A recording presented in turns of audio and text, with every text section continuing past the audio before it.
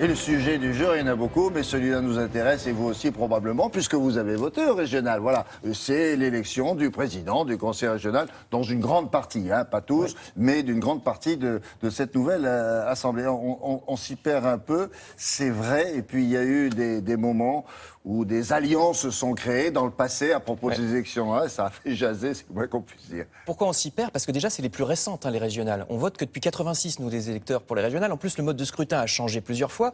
Et puis surtout, il y a cette espèce de troisième tour qui est l'élection du président de la région. Pour les régions qui n'avaient pas changé, comme l'Île-de-France, c'est déjà fait. Mais pour toutes les nouvelles régions, c'est aujourd'hui. Et donc, il y a eu dans le passé, pour les élections du président de région, des pataquès mémorables. Regardez, par exemple, on va voir les images tout de suite. Vous voyez Charles Millon. Parce que Charles Millon, en 98, dans la région Rhône-Alpes, il est à touche-touche avec la gauche. Alors, il n'arrive pas à se faire réélire président de la région. Et donc, il va aller chercher les conseillers régionaux du Front National pour se faire réélire. Et c'est pas le seul qui va faire ça cette année-là, il y en a plusieurs. Là, vous voyez Jean-Pierre Soisson en Bourgogne, pareil, lui, il est carrément derrière la gauche et il va, pareil, aller chercher les conseillers Front National pour ce troisième tour, pour se faire élire président de la région. Les temps ont changé. Hein. Alors, oui, parce que regardez, il y a ça va être très houleux. Vous voyez la séance inaugurale. Il y a même des manifestations. Là, c'est à Dijon, justement, région de Jean-Pierre Soisson. Et alors, c'est justement, il va y avoir une espèce de catharsis à ce moment-là et les temps vont changer.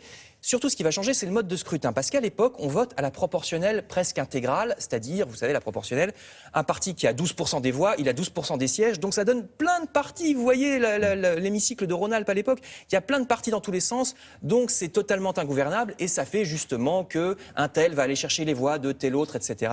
Et alors, y aura-t-il aujourd'hui encore des drames pour l'élection des présidents de région? Normalement non, parce que, je vous le disais, le mode de scrutin a changé. Désormais, c'est toujours un peu la proportionnelle, mais la liste qui arrive en premier a une grosse prime de sièges pour justement qu'il y ait une majorité claire. Oui, alors c'est ce fameux point que tout le monde ne comprend pas. Voilà, et pour cause, parce qu'il est incompréhensible. C'est la proportionnelle, sauf que si vous arrivez en premier, en plus de la proportion, vous avez un bonus. Oui. Ça fait des majorités beaucoup plus claires. Regardez, par exemple, ici, c'est la grande région Est.